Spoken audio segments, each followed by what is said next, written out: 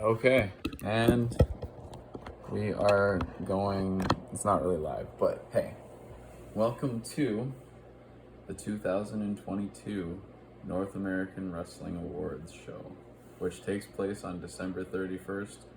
Maybe not every year, but especially has to be today this year because everybody's going to be hungover tomorrow and nobody wants to listen to an award show like that.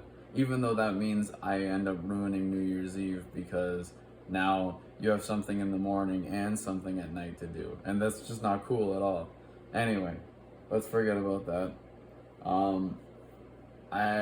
Let's start with a little bit of a preface, I guess.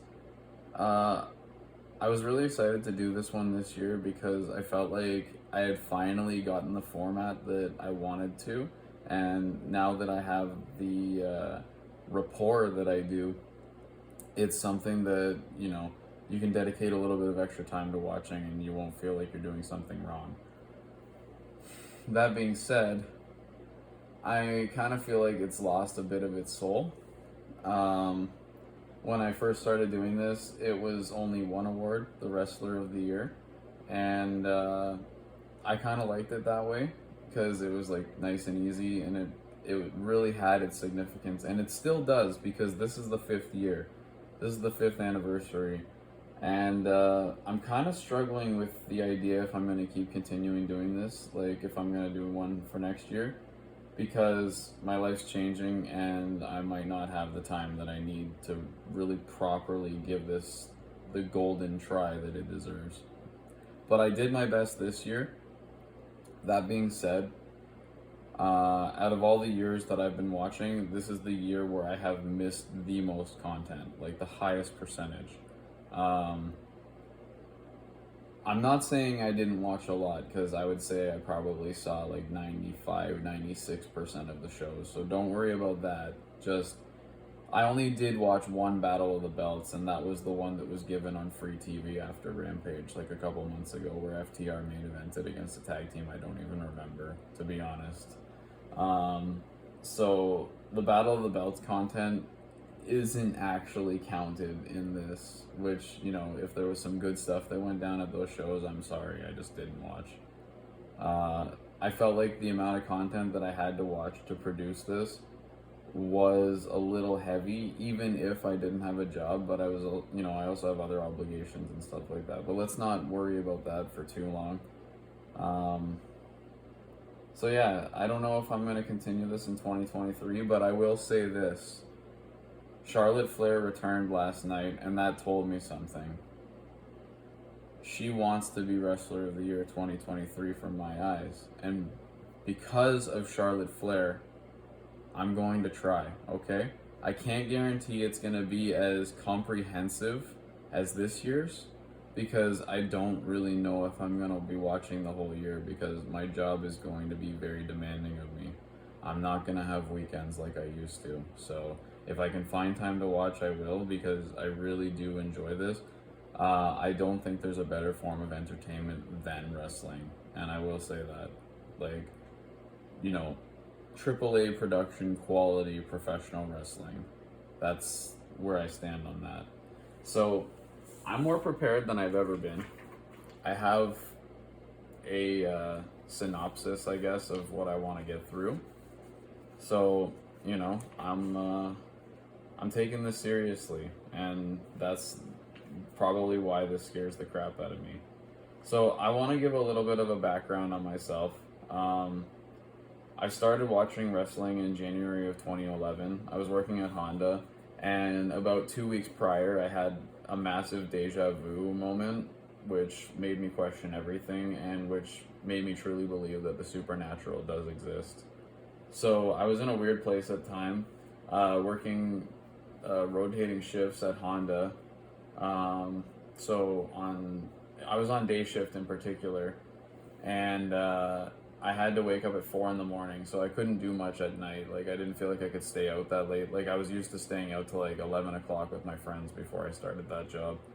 So like, having to go to bed at 9 to get a decent sleep back in those days was rough. And back in those days, Raw was only 2 hours and it started at 9. So I would be laying in bed just like, I had my TV on because I always had a TV in my bedroom growing up, but I was 21. So you can't, well, actually, I was 20. I turned 21 that year. But yeah, so I had something to do. I was just flipping through channels and I ended up on channel 53. And I had been given a little bit of a taste of wrestling because of the people I was hanging out with. Like the previous year, I started hanging out with Ryan and Alex, and they grew up watching the Attitude Era and stuff like that.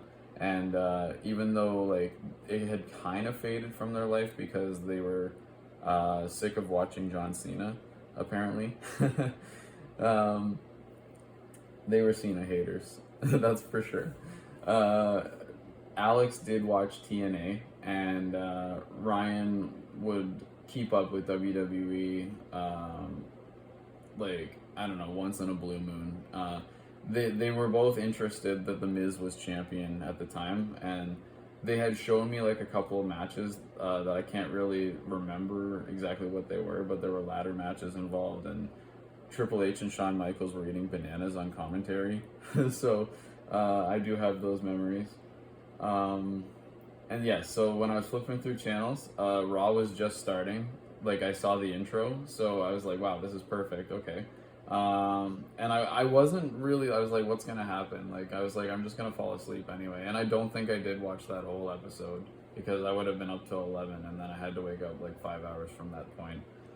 And, yeah, I'm trailing on.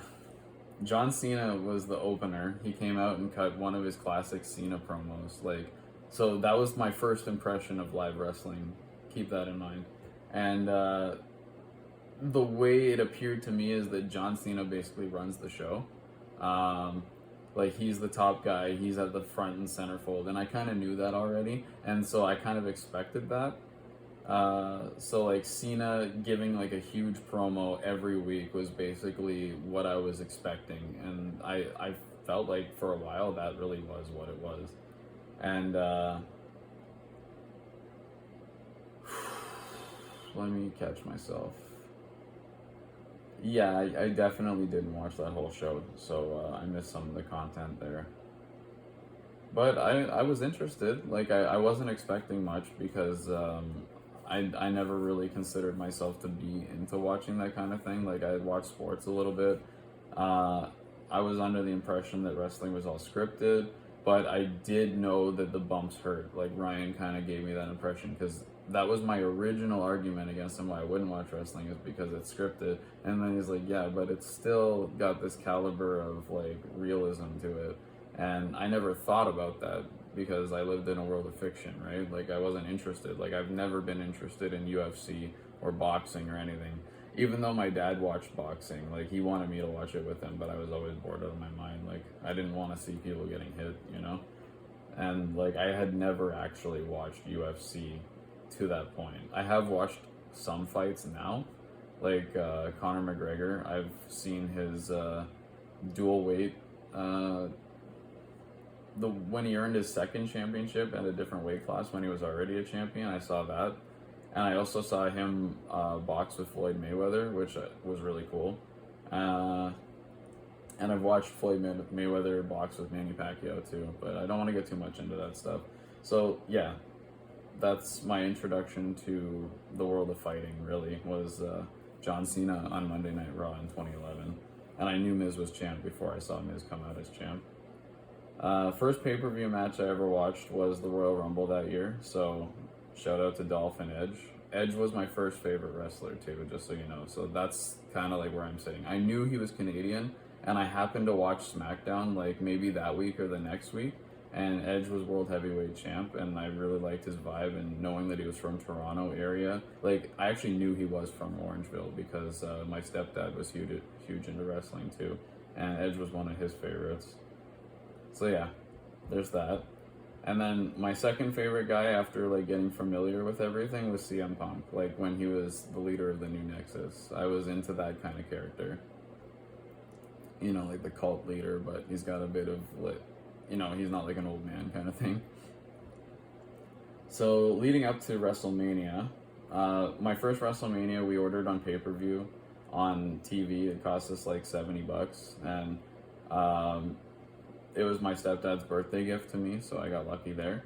Because he was actually like always hoping that I would watch wrestling with him. Like, he was with my mom. It's 2011, like 5-6 years prior to that, and he would watch wrestling from time to time, but I never wanted to. And then that year he got his wish, and me, him, Ryan, and Lecoq, we all hung out in my basement watching Mania, and it was pretty cool. That was also Lecoq's first like real taste of watching wrestling too, and he never really like was a big fan like me, but he watched it a lot because he hung out with me and because we lived together for a while. I kind of forced everyone in our house to watch if they were in the living room at the time. So yeah, I spread the love. Yeah, Randy Orton had a match at that WrestleMania, and let me give a preface to Randy Orton too. I did not like Randy Orton at all when I was watching. Like, I felt like he was this, like they wanted to paint him to be this like sick, twisted character that like loves to hurt people, and I was not about that. In that feud, I watched him punt every member of the New Nexus, and because I was a CM Punk fan, that made it even worse, right? So I was like so strong against Randy going into that Mania. Because I didn't know his previous history either, right? Like, I never saw the history he had with John Cena or anything else like that. Evolution, knew nothing about it, right? I knew he was in Evolution after a time. I might have known at that point, but still, Evolution had no significance in like my perspective at all. I think I might have known about his feud with Cena, but I didn't witness it firsthand, right? So like, Cena was already established, that feud was already behind him, his feud with the Nexus was already behind him. But we're talking about Randy Orton and CM Punk at Mania. For whatever reason, the pay-per-view feed cut out during that match, and we missed the first 10 minutes of it trying to get it back on the TV. So I probably went back and watched that match eventually, because me and Taronio, Big T, we watched a lot of, we like backtracked and watched the Manias in reverse order, which was kind of interesting. But yeah, didn't see that match for the whole of it. I think Orton won that feud. That would be pretty obvious, I think. Punk seemed like he was on the losing end pretty hard there.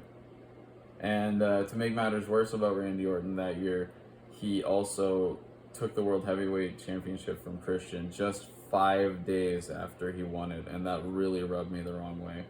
So even though he was a face, definitely not in my good books. And that's what kind of got me started, because I liked Christian and I liked CM Punk, and then Christian turned heel later on.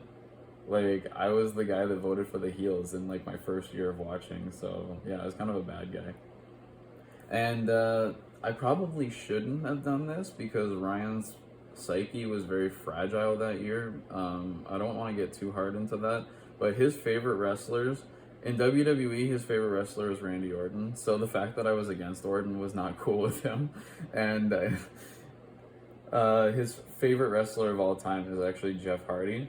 And he didn't watch TNA at the time, and I think Alex was taking a break. But I found footage of Jeff Hardy at Victory Road, and I showed it to Ryan, and I'm pretty sure that broke his heart. So, you know, keep yourself clean, Jeff. You know what I'm saying?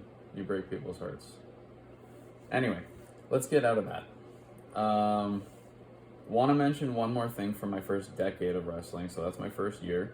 The first decade. Oh yeah, and we had Awesome Truth in 2011.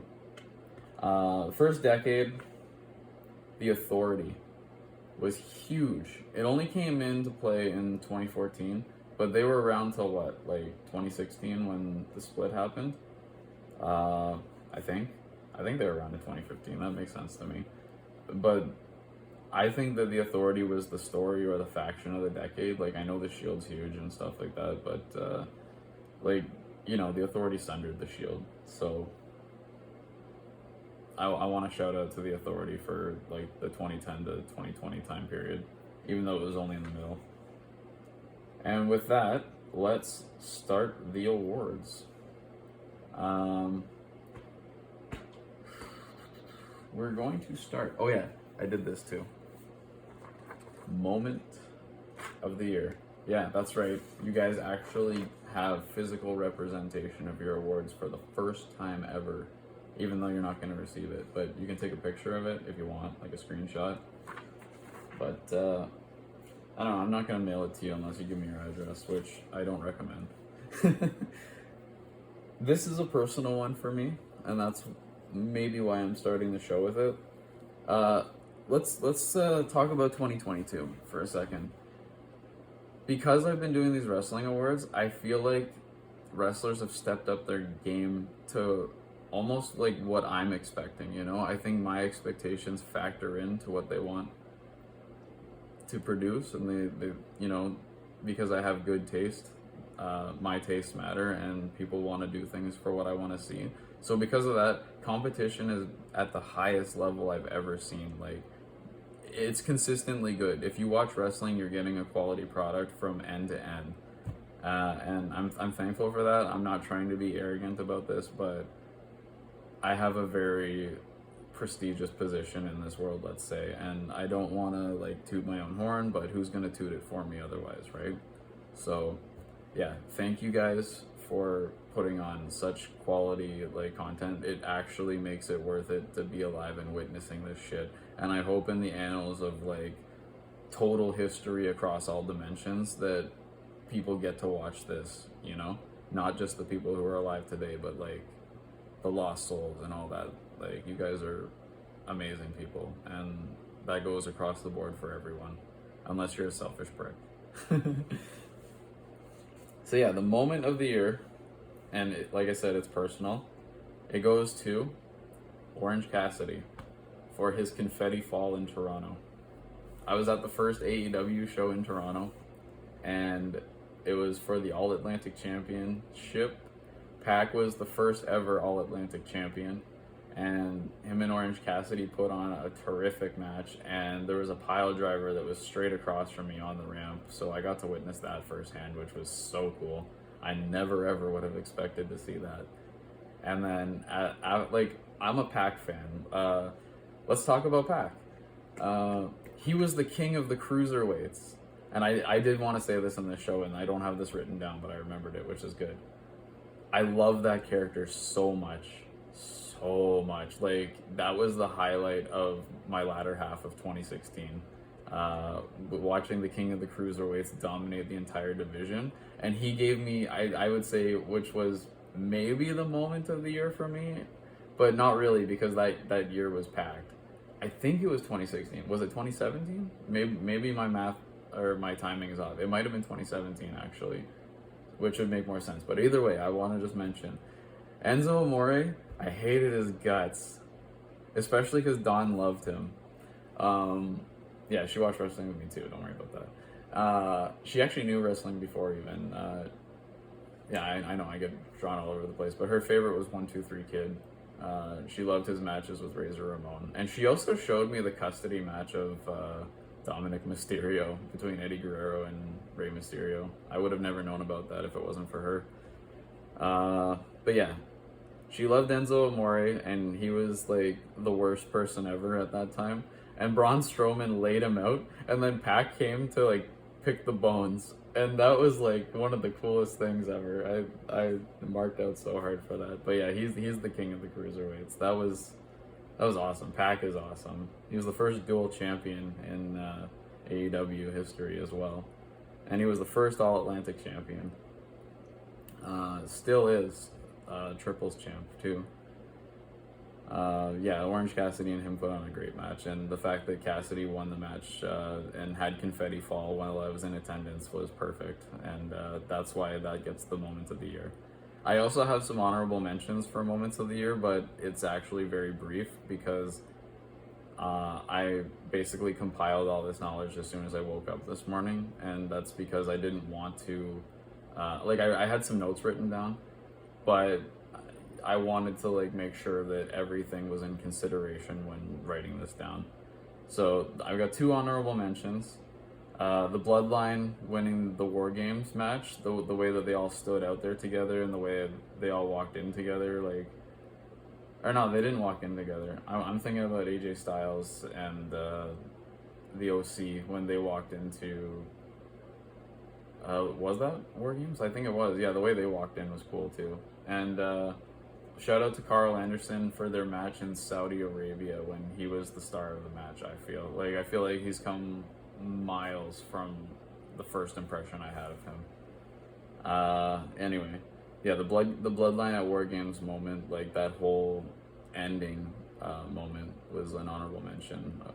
Like maybe second place of the year. And I really did like when Cesaro carried Cool Hand Ange out of the arena. that was like one of the first things I wrote regarding these rewards. Like, so that goes to show the significance of that.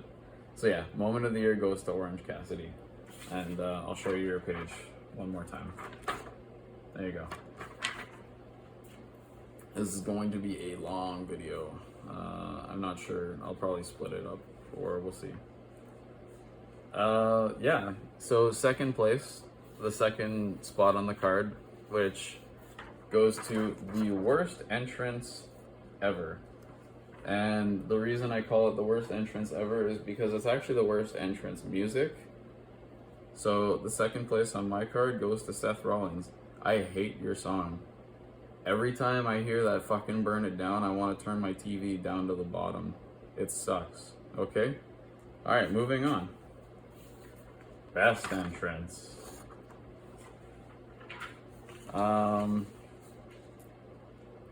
This is a very tough one. I'm actually torn like 50-50 between the two I have written down here.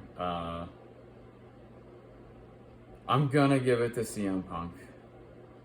I marked out so hard when I heard AFI come on. I had no idea that it had any significance to CM Punk, like, whatsoever, but hearing that and then hearing that, like, that's a classic for him, it struck somewhere in my heart, and I was very happy to see that. Like, I felt really good watching him come out to that music. And then I'll give an honorable mention to, like I said, who's just as good, Bray Wyatt. When he returned, I love his new entrance too. Like, the song's great, the Fireflies are there, you know, everything's back to where it should be. But since we might never see CM Punk again, I want to throw that one to him. So yeah, best entrance to CM Punk at Revolution. That was Revolution, right? Yeah, pretty sure.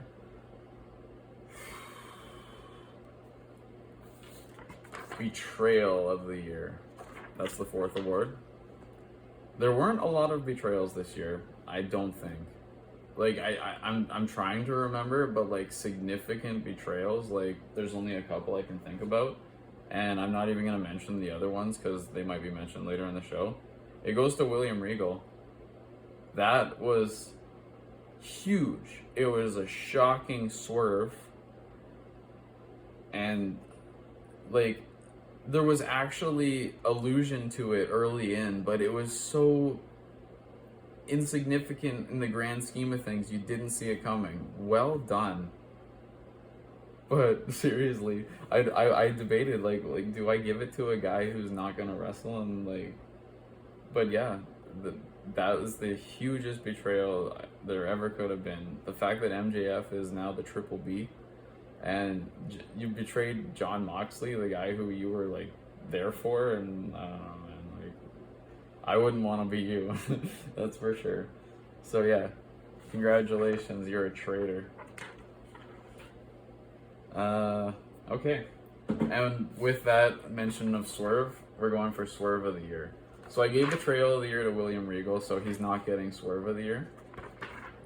We're gonna start with some honorable mentions before we say who it actually is. MJF at All Out, I had a feeling it was him, so I'm not gonna give you that. Like, this black hooded figure just shows up out of nowhere. I was like, who's been gone for a while? And I was like, MJF. So yeah, I had a feeling it was you. Excuse me. And with that, it's a good time to mention this little quandary. MJF says he's the devil, but so does Finn Balor. So, well, what's up with that? Why does everybody want to be the devil in the first place? Not something I'm about, anyway. So yeah. as like a subcategory of Swerve, I have Disguise of the Year in here. I'm not gonna give an award for that, but you can consider it an award if you really hold significance to this. I'm giving it to Reggie because I had no idea you were Scripps when you came out there. I saw this guy, I was like, wow, this guy's really good. He's really cool. He moves around like crazy, and then I read online that it's Reggie, and I'm like, really? Oh my god, I had no idea. So yeah, you get Disguise. That's also because we don't know who Uncle Howdy is yet, and I'm not gonna say who I think it is because I could be very wrong, and maybe it's somebody I don't even know. So yeah, we're giving Swerve of the Year to Roman Reigns because I really thought Sammy was out of the bloodline, and then you gave him the T-shirt and brought him in, and his reaction was so genuine. I know the difference between a work and a shoot, and I know that kayfabe is a lie. I'm smarter than I was when I first started doing my performance. I've learned all this stuff. So good on you, Roman. You get a Swerve. To the tribal chief. Okay. Alright, so now we're getting into the big ones. Well, maybe not all of them are big. I shouldn't say that. This is like the culmination of the entire year. But, story of the year. And there were some doozies. But I'm not even going to give any honorable mentions because there's a lot of good stories, but there's a lot of bad stories too. I don't even know if I can say that. You know what? I'm going to give an honorable mention. I don't have it written down, but the Miz and Dexter Lumis storyline is pretty fantastic. Like, it's ridiculous in all the right ways. And like 12 years after the fact that I first started watching, Miz is still going strong. I don't even want to mention Mizdow, but I will. Yeah, so that's an honorable mention for Story of the Year. It's also... Okay, wait, never mind. I'll worry about that later. But Story of the Year, I've decided to give to Seth Rollins, who was desperate for a match at WrestleMania. That was some fantastic storytelling. Like, all the matches that came about from you wanting to have that match made it all that much sweeter. Like, the lead up to WrestleMania was one of the best lead ups I can remember, like since 2014 even.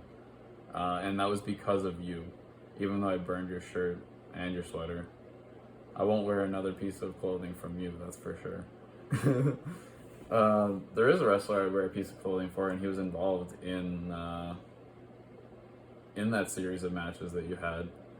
And when I tried to order it, it was never in stock in my size, so I don't actually have that shirt, but I would wear it. You had matches with Kevin Owens as your tag partner against Randy, Riddle, and the Alpha Academy. Those were all like spectacles to watch. You betrayed Kevin Owens on the way to WrestleMania, which was great too. Like, man, yeah. Story of the Year goes to you, Rollins. Like, you even, like, it was awesome to hear you say, "This is bullshit." Oh yeah. That, like, just hearing you say that, like, it has so much more significance when it's at that level on the card than when if somebody was to say it at the bottom of the card, you know? So, Story of the Year goes to Seth Rollins. Epic fail of the year. Who do you think that goes to? I mean, really. Is it not obvious that it's Theory? You don't cash in the Money in the Bank for the US title. I don't care if Roman's surrounded by 5 guys, or if Braun Breaker's the NXT champion, you don't feel like going down to NXT. You don't cash in for a mid-card belt. I'm sorry to say. The titles mean something. They really do. Your title means something, and you are United States champion. But that was pissing on Money in the Bank. You might as well have opened the briefcase and took a piss in it. Like, it's the same. And don't get me wrong, the US title is very prestigious. Like, it's more prestigious than the Impact World Championship, the Ring of Honor World Championship. Actually, it might be on par with the Ring of Honor World Championship now. I don't watch Impact. I actually wanted to see Impact burn away. It didn't. Sorry, Impact. Sorry to all the people that work there. But that's something you can take for yourself, is that I want to see your promotion be destroyed. So take that. And keep in mind, this is on the Epic Failure of the Year section of my awards show. Yeah, the US title, I don't know, it's not as prestigious as the Intercontinental Championship, but it's still higher. Like, it's still on par with the NXT Championship nowadays, I would say. If you're NXT champion, you're basically US champion to me. IC champ, higher than the NXT Championship, as of right now. Try to keep it that way if you guys can, but if not, I understand. Yeah, there you go, Theory. Also, because you won Epic Failure of the Year, you will not be considered in the honorable mentions for Wrestler of the Year, despite having a career high year for yourself. Because you had some good matches. And some other epic fails. Last night, Ronda handed the title to Charlotte. Did not like that at all. Like, I get it, Ronda's got an ego. She lost the title in seconds. Didn't play a good heel, in my opinion. That's okay. Charlotte's back. We already mentioned her.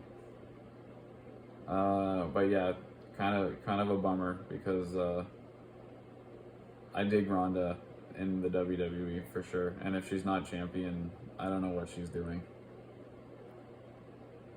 I also want to mention the All-Atlantic Championship for Epic Fails. Didn't think that AEW needed another championship. Kind of felt like it saturates the market a little bit, but understandable why it's there, especially since you're trying to be, like, you know, on par across the board with your competition. But the fact that Pac won it was kind of cool. Maybe he wasn't even my first choice to win it. I'm not going to lie, I'm a huge Miro fan. I want to see good things from Miro. So yeah, there's that. And of course, another epic fail was the WWE Championship merge. At the time, I was very upset about it, but now I'm kind of coming around that maybe there should only be one world champion. If you do split the belts again, I don't know if I'm gonna like that. Like, I feel like it was kind of robbed. Like you kind of shoehorned that into the whole tribal chief character and for nobody else.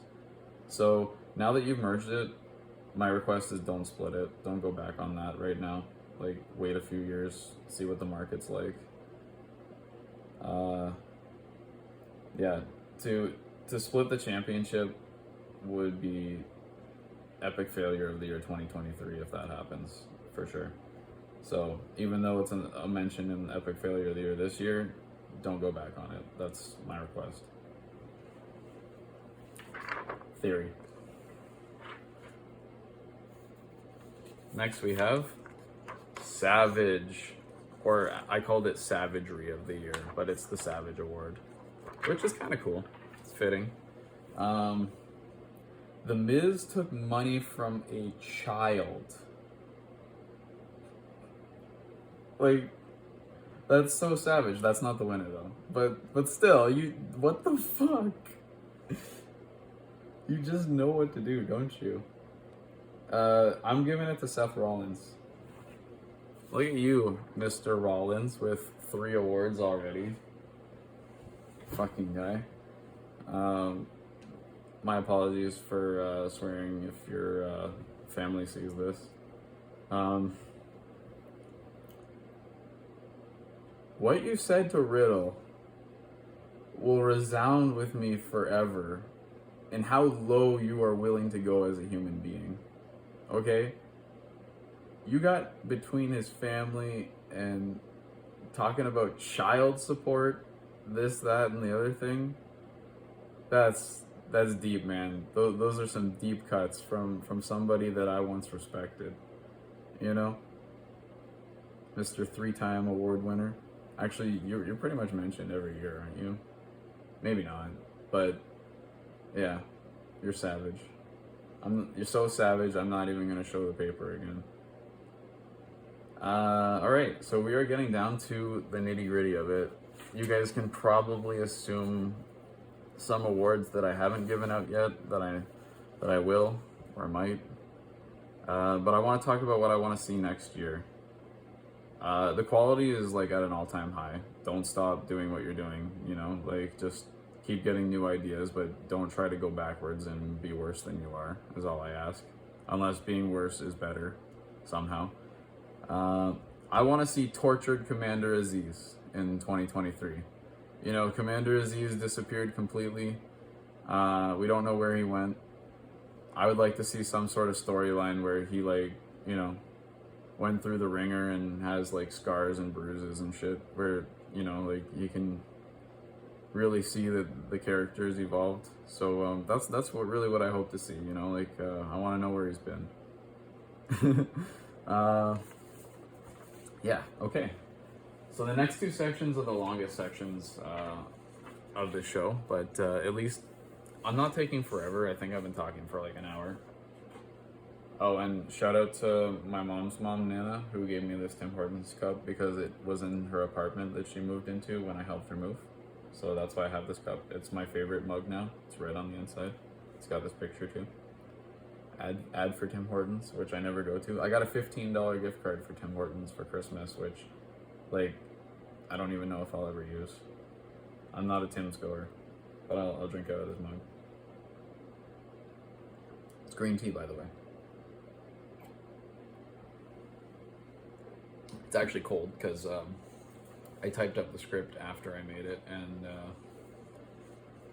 yeah, and I also made the awards too, and I'm still drinking it. I'll drink cold tea, no problem. I'll drink cold coffee, cold tea, lukewarm. Don't like it piping hot. I'll always wait like 5 to 10 minutes after I boil it before I'll take my first sip. Yes. Match of the year. And I think it's okay to give honorable mentions for match of the year before you tell what the match is. As for wrestler of the year, those are the only two left, by the way. Match of the year and wrestler of the year. Wrestler of the year, I think you have to say who the wrestler of the year is first and then give the honorable mentions, because if you give all the honorable mentions, you're going to know who the wrestler of the year is, I think. Maybe not.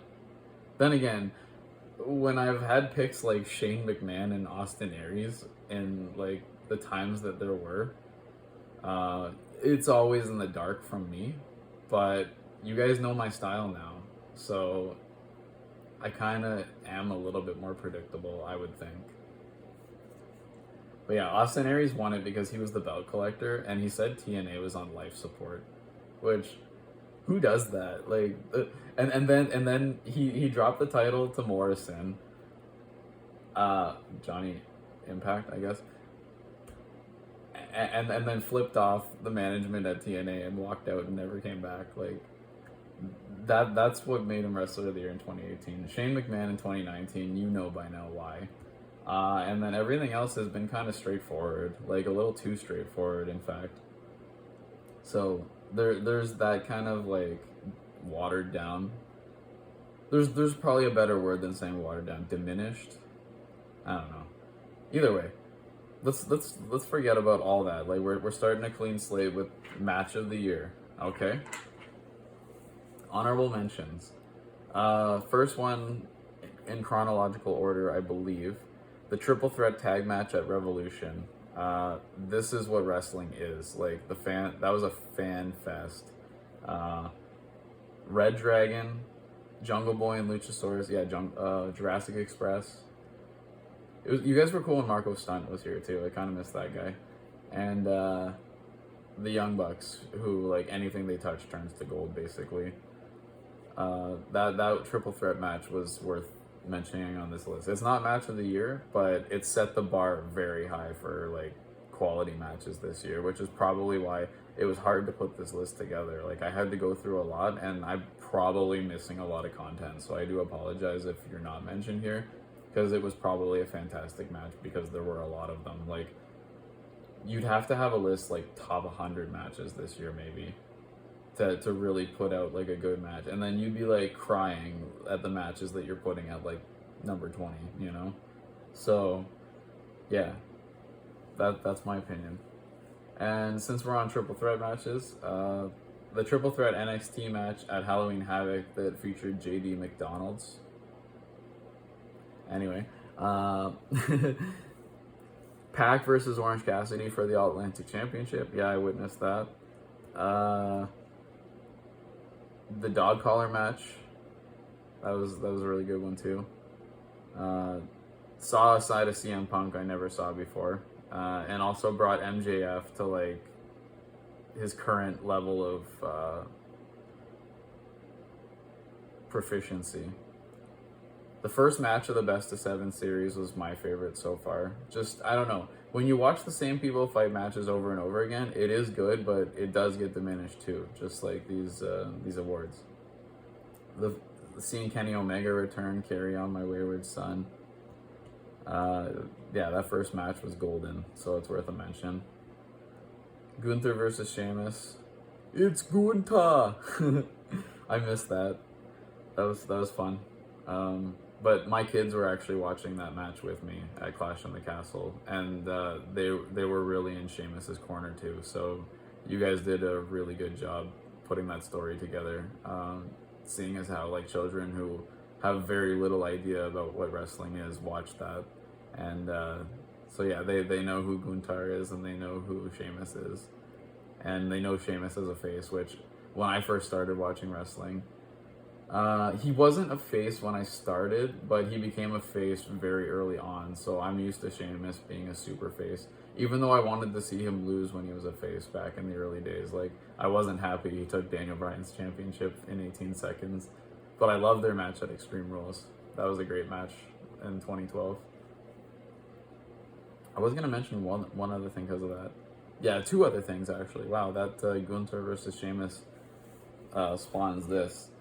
My kids also watched Ricochet versus Gunther when Ricochet was re-challenging for the IC title, or challenging for the title he lost. They really wanted Ricochet to win, and that's the exact effect that Ricochet should have, you know? Like, you want to see Ricochet win when you're a kid, because he's one of the coolest guys with the way he moves. Like, you should aspire to be like Ricochet if you can, and not everybody can. Like, I would say, like, not even 1% of the people on Earth can be like Ricochet. So, yeah, good on you for that, Rick. And also, one more mention. Yeah, we're talking about the kids thing. I just wanted to say this really quick. When my son was like 1 year old, maybe like 2, he witnessed Sami Zayn and Kevin Owens with the yep movement. And when Sami Zayn would go, yep, my son, like, as the little toddler, little baby basically he was, said, yep. And that was great. So I'd like to revive that just for, you know, a minute. Anarchy in the Arena, it's worth a shout out. It was crazy, it was chaotic. There should be one match like that every year. Not exactly Anarchy in the Arena or Stadium Stampede, but some sort of faction warfare. It's nice to see every year. It doesn't have to be every year, but maybe it shouldn't be every year either. But you need something like that, just to kind of remind us of where we are. Jungle Boy versus Luchasaurus in a steel cage match. That's worth a mention. Jungle Boy's coming out moment. I said it myself when he was at the top of the cage, even before the match was over. I said, Jack Perry has officially surpassed his father. Because you have. I would call that a moment of the year, but it's too personal for you to be a moment for everyone, you know? So, yeah, that match is mentioned too. Bianca and Becky at Mania. That was my initial choice for match of the year. It was a clinic, like seamless flow from move to move, and it gets a mention now. And I also did want to kind of shout out back to the triple threat at Crown Jewel, I think it was last year, where Ronda, Bianca, and Sasha, was that the match? No, Ronda wasn't here last year. That was Bayley, wasn't it? No, it was Becky. Yeah, fuck, I just ruined this. That triple threat was really good, and yeah, I guess it's because Bianca and Becky were in both matches, isn't it? What is wrong with me? Why is my memory so fuzzy? I guess that's over a year ago. There's a lot of information to go through, okay? But yeah. And the Acclaim versus Swerve and Keith Lee. And I gotta be honest, I'm a little bit lazy to remember what match it was, but I know Max Caster picked up Keith Lee, and like that moment alone. But that feud in general was a terrific feud. It could actually be one of the best feuds this year.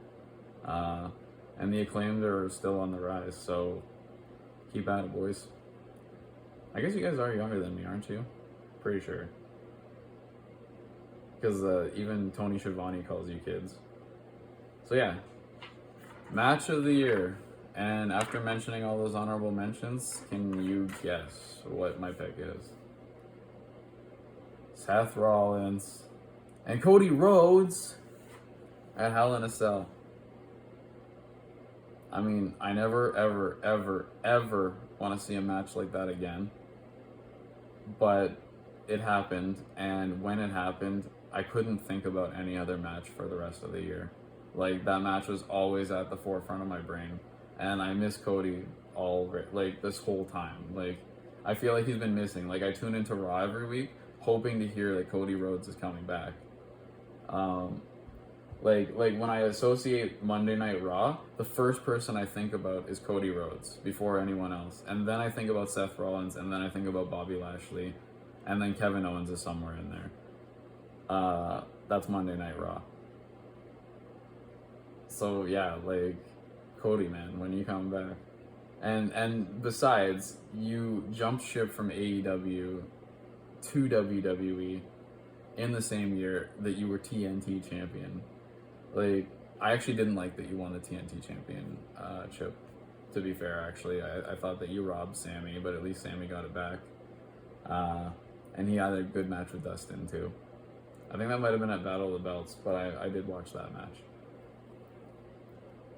Yeah, so shame on you for robbing Sammy, but at the same time, you redeemed yourself pretty quickly.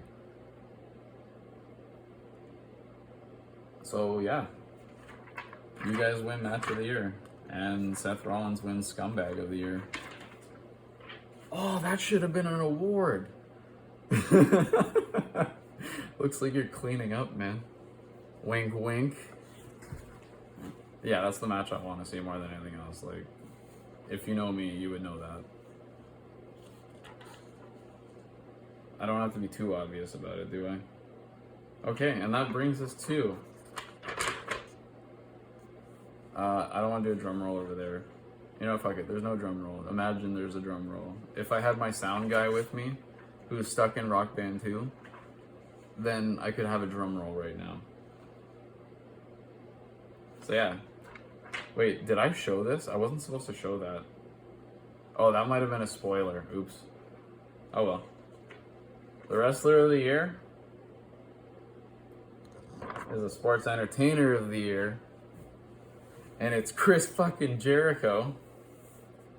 Because it couldn't be anyone else. I always held you this entire year, since the Jericho Appreciation Society first came out. I thought it was ridiculous. I thought it wasn't gonna work. I thought it was gonna suck. And I don't know why I thought any of those things. I just had this predisposition to think that something that followed the inner circle and was that, like, lame. I didn't think about it. I didn't see the bigger picture. And the Jericho Appreciation Society is genius. It's a faction based on the dedication to one amazing, extraordinary individual. And I'm all for it. And the moment you threw that first fireball, and I was like, this guy's a wizard now? It can't be anyone else. And to lead up to that, you had that terrific, like, battle with Eddie Kingston, but the build up to that was even better. Like, building up Eddie Kingston to that was great. And in fact, Eddie Kingston hasn't reached those levels since then, and that's a shame. Like, I want to see Eddie Kingston up there, you know? Like, I want to see him come out more into his own and be in those spots. But you brought that out of him, and even if people would deny that, like, you can't deny that. You've been around for so long. You're 50 years old, and you're Wrestler of the Year 2022. So yeah, man, that's nothing to spit at, cough at, whatever you're saying. Sneeze at? Is that what you say? Yeah, I guess that's what you say. Um, let's run it down. You were Anarchy in the Arena. You became the Ocho, which made me care about the Ring of Honor Championship. Like, no offense to Cesaro, but like, it's just not the same, you know? Like, Cesaro, I just feel needed a bigger win than that. But for you, you brought that title to where it needed to be. And people are saying you're like the greatest Ring of Honor champion. Even if you tapped out to the Cesaro swing, like the fact that it was that ridiculous actually gave you some points. Like, it didn't take away points, even though other people would say it did. You said it's a barbaric move. I read that. I don't know what it feels like, but it actually looks kind of fun. I don't know though.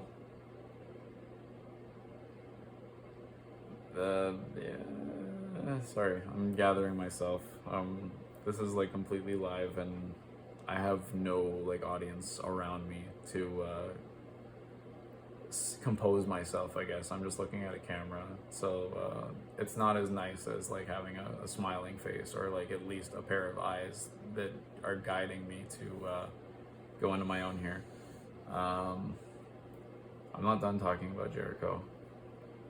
The Jericho Appreciation Society, who made sports entertainment cool.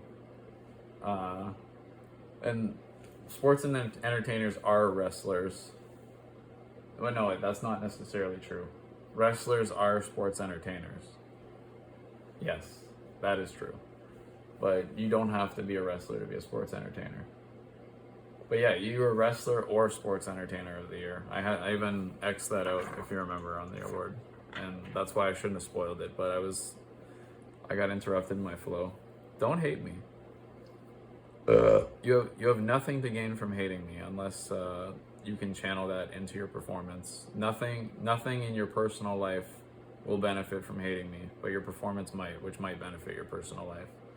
So it's all about your performance, your sports entertainment, nothing else. If you want to be on this show, anyway. One of the major factors is that you brought Sammy Guevara into the Jericho Appreciation Society. You managed to sunder your own faction and still maintain enough links. Like, you actually brought the majority of the inner circle to this faction, unless you include MJF and Wardlow. So I was really happy to see that you maintained that friendship all the way to the end of this year. That was a huge factor in deciding that you were Wrestler of the Year, sports entertainer. Love hearing the intro, the whole thing, with Daddy Magic, and then the audience. We addressed that last year, which was fantastic too. Anything else worth mentioning? Oh yeah, the negatives. You had a considerable lead coming out of Anarchy in the Arena over anybody else. Like, any of the honorable mentions I'm going to list down. Oh, I know what I'll do. I'll say the runner-up last. So I'll give the honorable mentions, then I'll say the runner-up. Because being number 2 for Wrestler of the Year is still pretty big.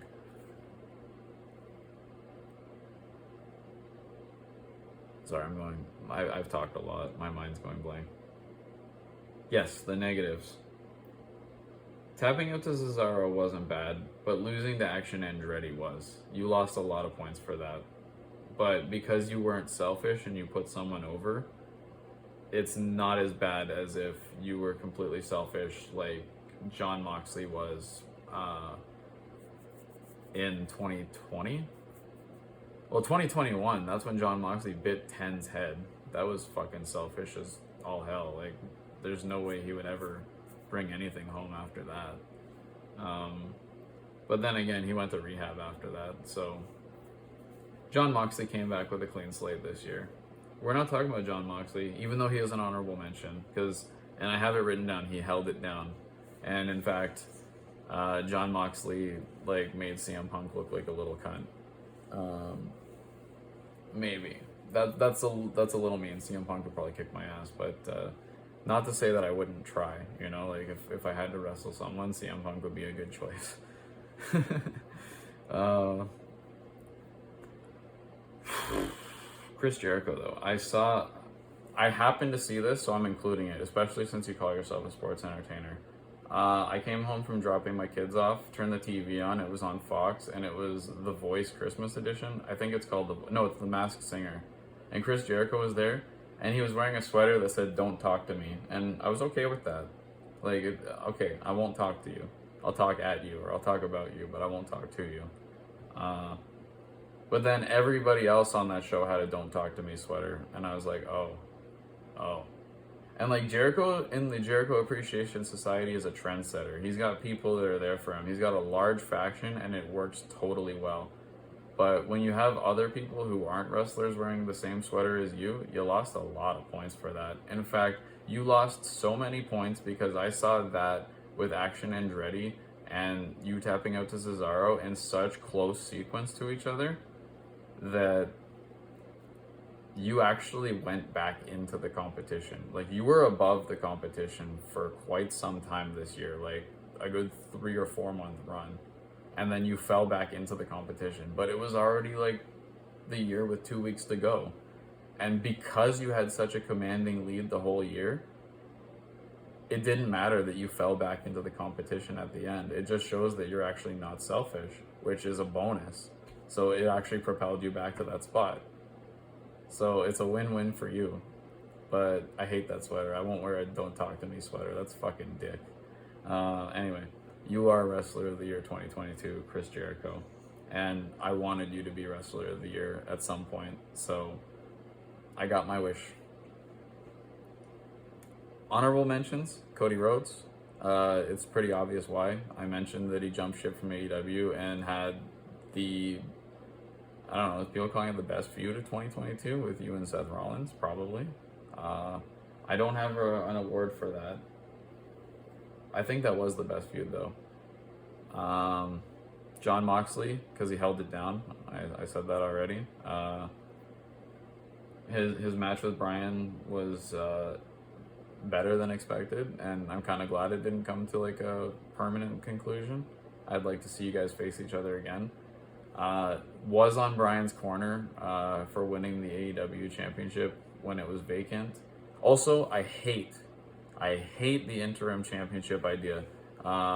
Every day that you're an interim championship should count as you being the world championship on Wikipedia, and I don't like how some people don't have those days counted because of that interim. Just get rid of that whole fucking rule altogether. It's terrible, and I'm saying it, and I have every right to say it. It sucks. Just like when Simon Miller said that when Lacey Evans walked out and then turned around and walked away, he said, "It sucked down." It sucks just like that. Brock Lesnar, he gets an honorable mention. He had his early domination this year, and going into WrestleMania, I believe Brock Lesnar was my Wrestler of the Year just because of everything that he had done. Like, he won the Royal Rumble. He had a match against Lashley. Did he win that? No, Lashley won that match through shenanigans because of the Tribal Chief, right? Oh, and speaking of the Tribal Chief, you don't get an honorable mention because you can't win a match by yourself.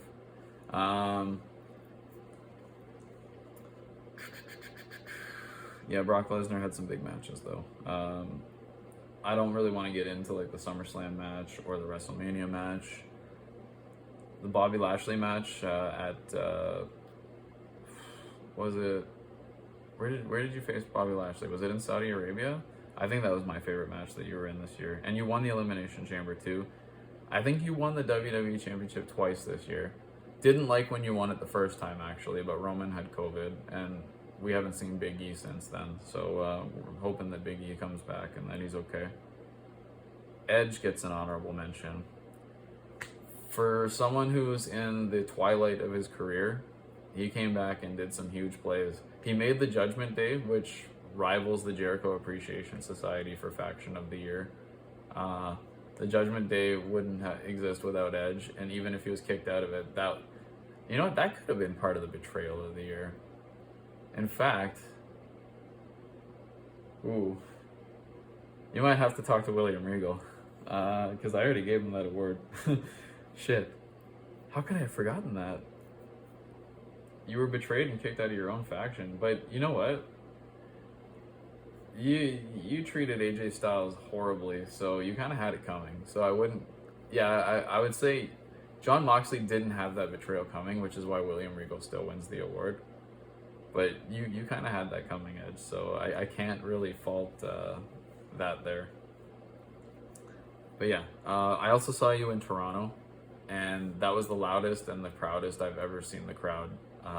If you want a hot crowd, Edge in Toronto is where you go. So yeah, Edge gets an honorable mention.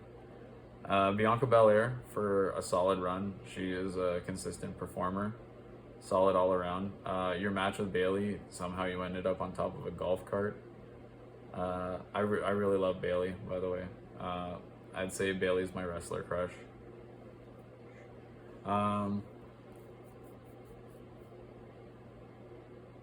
Yeah, so Bianca Belair gets a mention there. And she's coming from like her hottest year ever where she won everything, and then some people are saying that this was her best year ever, but I was more impressed. I was more blown away, let's say, last year. Like, I kind of expected all this from you this year, which is why it wasn't as high up on the card here. Ronda Rousey gets an honorable mention, two-time champ and a Royal Rumble winner. And her performance at the Royal Rumble was fantastic. The final three was perfect in my eyes. Out of fear that I can't remember who the final three actually was, I won't mention names, but I think I remember who was there. Yeah, sorry, excuse me for having a lapse in memory and not looking it up sooner. And I'm going to mention Pac, the first ever AEW dual champion. He's in this best of 7 series, and he is in the moment of the year that I had. So Pac gets an honorable mention as well. So to run down those honorable mentions, oh yeah, I have one more page, shit. There's still one more page of honorable mentions. Bobby Lashley, you were the WWE champion this year, and you were the first person to ever pin Omos. So, yeah, and your matches with Lesnar, which, like, you're the one that actually came into the feud looking stronger, so I can't not mention Bobby Lashley. And the Usos for being the longest reigning tag champs and for participating in a War Games match. Your match against the New Day was everything I had hoped it would be. Like, I'm glad you put it at the beginning of the show, just like Hangman and Bryan got the beginning of the show in AEW, because it makes sense. If you want to put a match on live TV and have it be the best match it can be, it should be at the start of the show to give time for everything else. Because you can take away time from things that don't matter when you have a match that big and it has to be on live TV. Yeah, and I'm glad you guys merged the tag belts too. Like, that's enough to actually like make you second place. But I don't know. Second place was a tough spot to contend for. It was the contention for second place and Wrestler of the Year was way higher than it was for Wrestler of the Year. So that's saying something. Like, across the board, super quality. Ultra quality. Usos. Yeah, we'll leave it like that. You guys are at the top of your game. You're the best tag team in the world. There's no denying that. If people want to be a better tag team, a greater tag team, they have to have a match with you. Impossible. Nobody else can say that. Sorry, guys. And then I have Kevin Owens and Seth Rollins together here. For their work as a team specifically, I love seeing those two together. I think a lot of people do. Individually, I wouldn't want to give either one an honorable mention because I know it's tough. Like, Owens had Steve Austin's first match in like 20 years, and Rollins was consistent across the board all year. But for whatever reason, I didn't want to make the list this long unless I had you guys on the same bar here, because your work as a tag team together also was part of it. Like, Rollins was a loser this year. He lost pretty much every major match he had. Although going into the Royal Rumble, he did get screwed too, didn't he? So, yeah. That's it for the honorable mentions. The runner-up to Wrestler of the Year 2022 is Jade Cargill for being completely undefeated. She won Total Biscuits Championship at the start of the year and held it for the whole year. 45-0, 46-0 now after last night. Even staving off a betrayal in the middle of a match. Just want to see it. It's honestly like what you want to see going forward, and who knows if the streak will continue going strong. Who knows what's to happen, what's to come. But AEW has a golden chip in their pile because you're there. And really loved when you adopted the Storm gimmick, like having the electricity come around too. Like it just added a level of depth to what was already like growing. You know, like you dug a hole, but it's not a bad hole. You know, like you've entrenched yourself into that promotion. So like I don't think about, you know, titles in AEW without thinking about the TBS champ. So yeah, really, really cool. Okay, that's it. That wraps up all the awards I need to hand out. I hope you guys are satisfied with my opinion, and I feel like my opinion's kind of like careened into what wrestling was and has helped influence and shape what it will be in the future. I don't really want to do a award show in 2023, but that's not to say I won't. Just, you know, I'm temperamental. I go through phases, I go through moods. I see a lot and I try to remember as much as I can, but it's more stressful than ever this year. Not that it's because it's the 5th show, but it's because I just felt like the amount of content, the amount of quality content that I had to process was nearly impossible for me to sort through, but I somehow managed to get this together.